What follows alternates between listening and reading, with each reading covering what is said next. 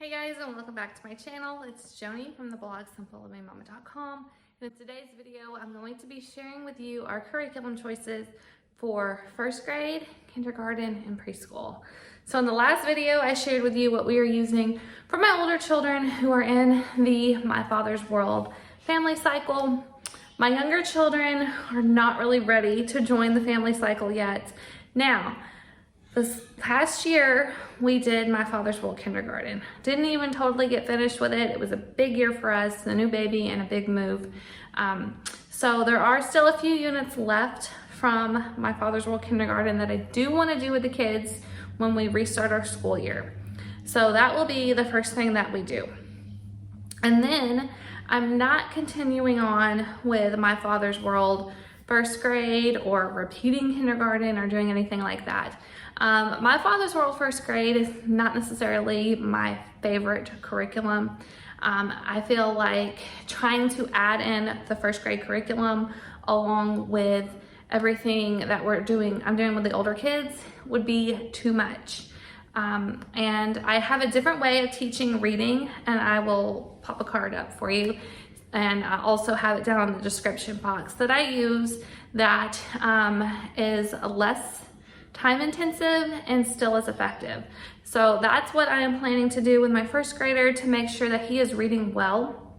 I'm not so much concerned about kindergartners knowing how to read. Like, yes, they're going to know their letters names and their letter sounds, and they're going to know some sight words. It is not my goal in kindergarten for my kindergartner to completely know how to read. So that's why I start, and it depends on the child as well. 6 years old is a really good guideline for me, and I've already started my 6-year-old on some of the stuff that I'm planning to teach him as he transitions into first grade. And I actually don't even have the book here with me because it's with his current school stuff. We still got about 2 weeks of our current school year left. So yes, I do use Teach Your Child to Read at 100 Easy Lessons, as well as some easy readers that my boys especially seem to love. And then when my daughter, who will be in kindergarten, hits 6 years old, which will not be until April of next year, I will probably start using Teach Your Child to Read and 100 Easy Lessons with her. So like I said, I will leave that video in the description box and up in the cards if you want to see how I teach reading to my kids. Now, moving along, what am I going to be using once we finish those few lessons we have left in My Father's World Kindergarten? So I'm going to be doing my own thing really as far as choosing curriculum and activities go. I have an entire free course on how I do that.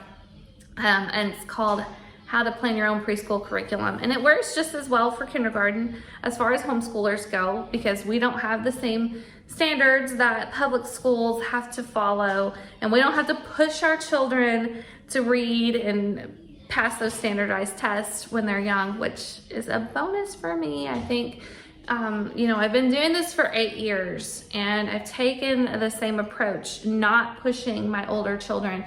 And now that my oldest son is going into 7th grade, he's not behind because I wasn't forcing him to learn how to read at 3.5. I saw on a Facebook post yesterday a woman who was bragging that she sends her son to this fabulous preschool, and he's 3.5 years old, and he already knows how to read, and he's so far ahead of the game, and he's gonna get into college, and la la la. Guys, let me say this. It doesn't matter if your child learns how to read at 3.5 or 6 or 7 or 8. By the time they're 12, they're typically all on the same level, okay? There's no reason, and it kind of gets me fired up because I'm like, let your 3.5-year-old be a 3.5-year-old. There's no reason to force them to learn phonics and to read unless it's something, if they're really interested in it and they're like, I want to read at 3.5 years old, that's fine. But there's no reason to force it. You're not going to make your child get into an Ivy League school because you force them to learn how to read at 3.5, okay? It's just not going to happen. My kids are playing downstairs, so sorry about that. They're being kids and playing. Anyway, yeah, there's no reason to do that. You just don't have to, okay? Your kids have time. They have time to learn all of those things. And by the time they're in the 7th grade or the 5th grade, they will be caught up and on the same level as their peers, and it's all gonna be fine, okay? Unless you're dealing with some learning disabilities, then that's a different story, and I don't have experience with that. But if you're not, it's gonna be okay. If they do have learning disabilities, there's a lot of resources available out there for you as well to make sure that they are progressing and they will be caught up. Okay, so moving forward, back to what I was talking about. I'm going to be using my own curriculum planner to put together lesson plans for my preschooler and my kindergartner. My 1st grader is probably going to go in between the older kids and the younger kids, which is fine. We are going to be doing tales this year. And as far as tales go, I want to go over all the different like folk tales and fairy tales. So we'll be doing the Little Red Hen, the Three Billy Goats Gruff, the Three Little Pigs, Goldilocks and the Three Bears, Little Red Riding Hood. We're gonna read those together, do some activities together, and all of that stuff. So I'm definitely excited about that. And then also we're going to do the Tale of Peter Rabbit and all of Beatrix Potter's tales. And let me show you.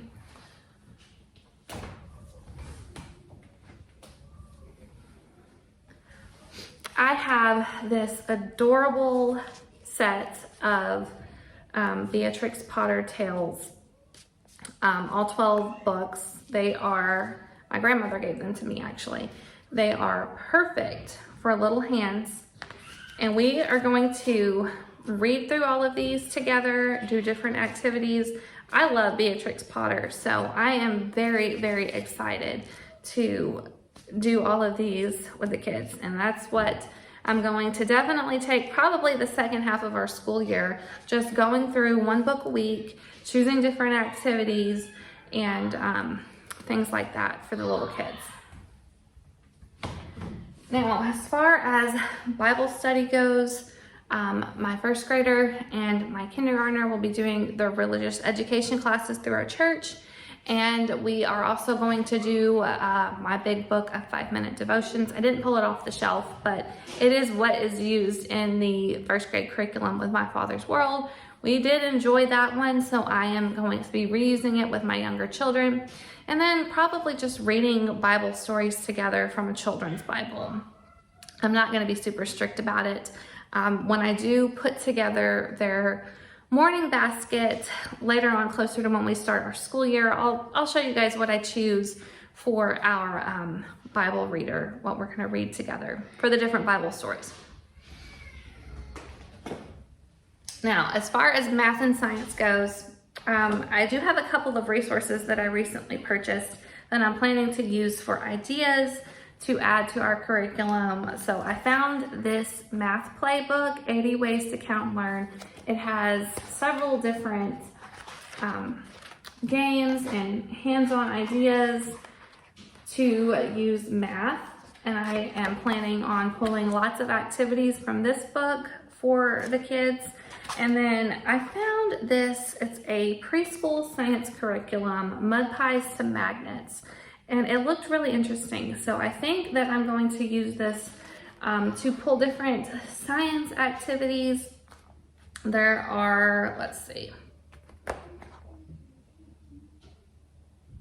lots of different activities. They're simple too, like measuring the rain and making your own animal book, which is very similar to nature journaling that we do, a puddle walk, and outdoor hunt and find.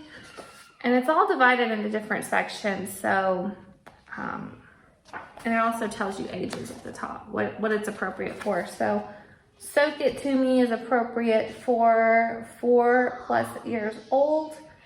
It tells you words you can use, things you will need, what to do, and want to do more. So all sorts of different things. This is cool. Create your own little science center, and there's science center activities to make a little mini museum. Definitely want to do that one this year. Okay, science center activities, building with science, science for a crowd. So this is really written for like a preschool teacher, because it says, okay, things they can do on their own, things they can do to like build and stuff, and then circle time activities you can do together. So that's interesting.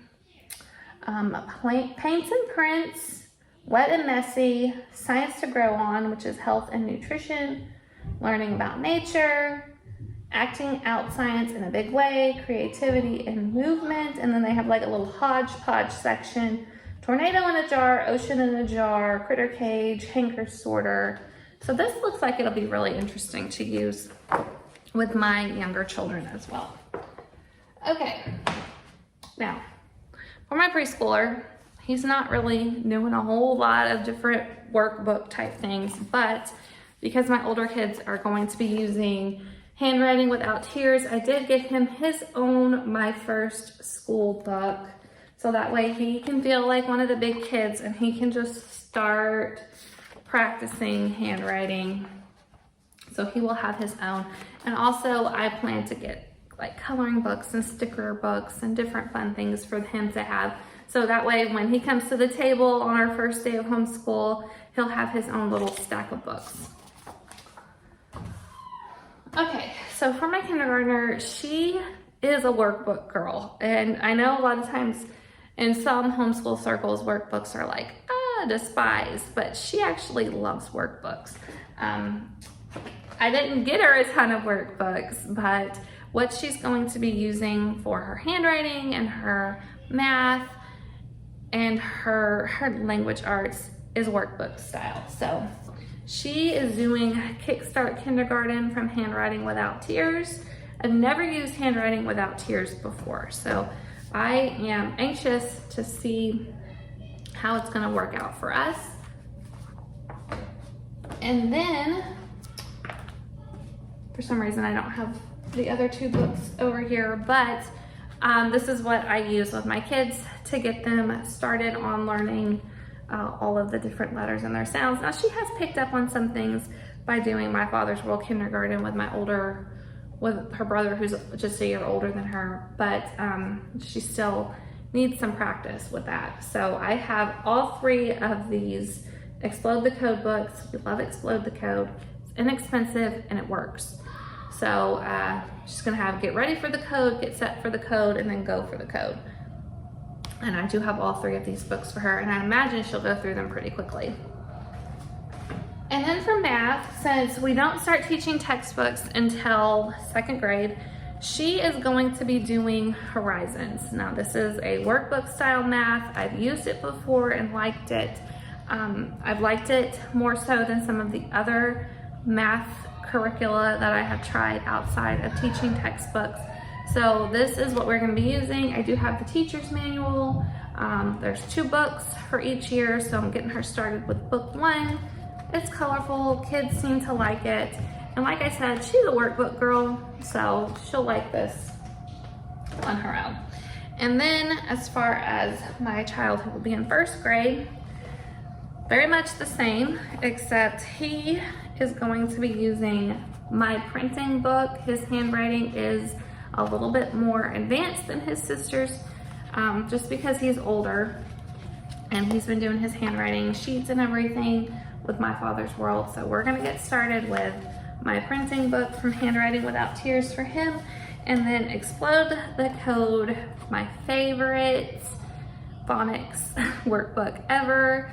He's gonna start with Explode the Code 1. He has learned all of his letters and their sounds.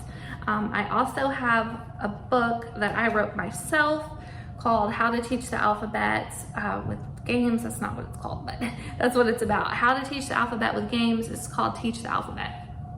And if we need to, we'll incorporate some of those different ABC games if the kids are struggling with any of their letters or their sounds. But he's got that down pretty well, and I imagine we could probably get through Explode the Code 1 and 2 this year. But I got him Explode the Code 1 just to start out with, and then for his math, he is doing Horizons Math Book 1. There is no like formal math curriculum with My Father's World Kindergarten, but he has been informally doing math with me and with his siblings. You know, my older kids are all about counting money and all these different things, and they also like to play Roblox and Minecraft. I do allow them to play those two games.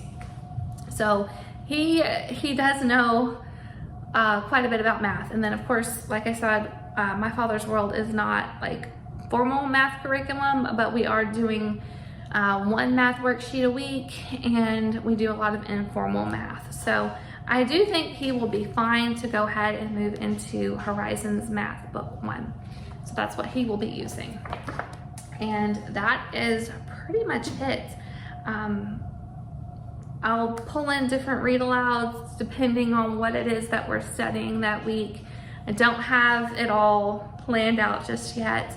Sometimes I don't like to plan the whole year in advance because you don't really know what's going to happen. You know, if you're going to have to take some time off. It's very frustrating if you plan, like make a very detailed long-term plan and then it gets derailed. So we'll finish up all of the stuff from My Father's World Kindergarten, the few units that we have left for those, and then we'll move on into the folk tales and the fairy tales, and then move on into the Beatrix Potter tales. So that's what they're going to be doing for, you know, just our fun things, our read alouds and different activities and stuff. So hope that you enjoyed this video. Don't forget to give us a thumbs up, subscribe to our channel, and I will see you guys in the next one. Bye.